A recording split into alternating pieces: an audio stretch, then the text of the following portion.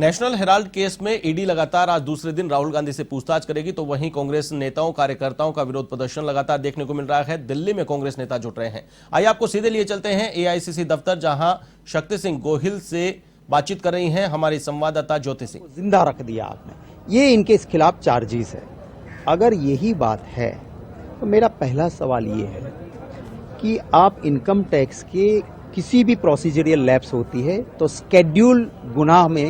Schedule में कहीं पर भी ये क्रिमिनल गुनाह नहीं है, ना गुनाह है।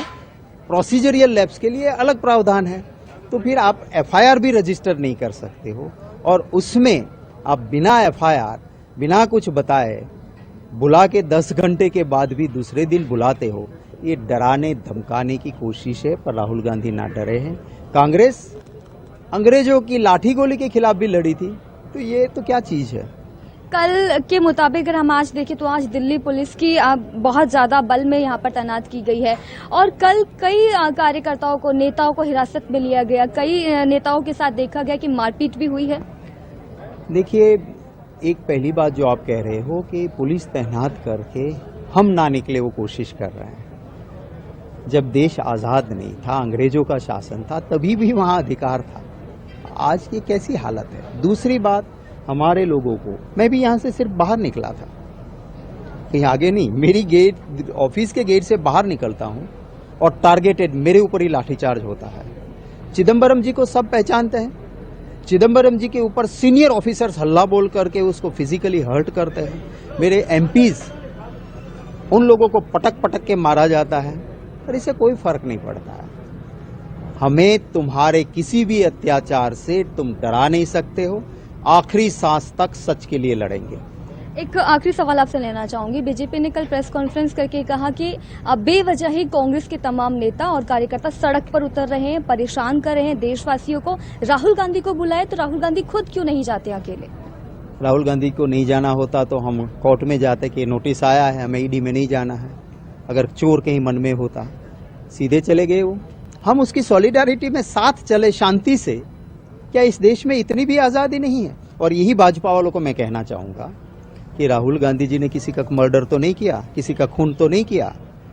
मोदी जी को जब बुलाया तब एक नहीं, एक से अनेक मर्डर के चार्जेस थे, खून के चार्जेस। और उनको जब पूछताछ के लिए बुलाया, पूरे गुजरात में गवर्नर जो है वो संवैधानिक पद है, कॉन्स्टिट्यूशनल हेड है, दीवालों पे लिखवाया भाजपा वालों ने, गवर्नर चोर है। क्या ये भाजपा वाला करे वो सब कुछ जायज, वो लीला? तो ये सारी चीज जो है वो ये समझ लें कि किसी सच को परेशान करने या जेल में डालने से ना कंस का शासन सलामत रहा था, ना रावण का रहा था, ना अंग्रेजों का रहा था।